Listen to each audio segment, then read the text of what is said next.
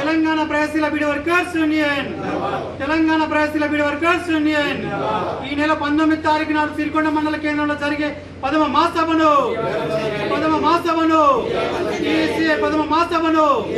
సిరికొండలో జరగబోయే టీఈసీ మహాసభను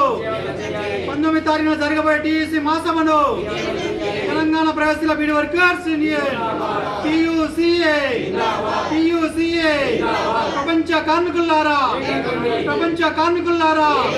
పోరాడితే పోయేది ఏమీ లేదు నాడు సిరికొండ మండల కేంద్రంలో టీయూసీఐ 10వ మహాసభ జరుపుకోబోతున్నాము. దీనికి బీడీ కార్మికులు, ప్యాకర్స్,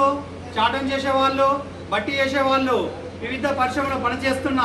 కార్మికులు, కర్షకులు, మేధావులు అధిక సంఖ్యలో పాల్గొని ఈ సిరికొండలో జరిగే 19వ తారీఖు నాడు టీయూసీ మహాసభను జయప్రదం చేయాలని, ఏదైతే ఈరోజు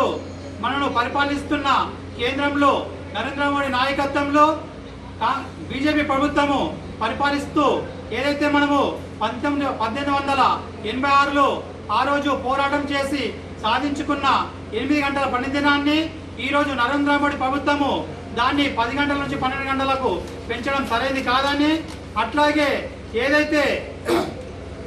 అనేక సంవత్సరాలుగా పోరాటం చేసి సాధించుకున్న 44 చట్టాలను, 15 చట్టాలను అడ్రస్ లేకుండా చేయడమే కాకుండా 19 చట్టాలను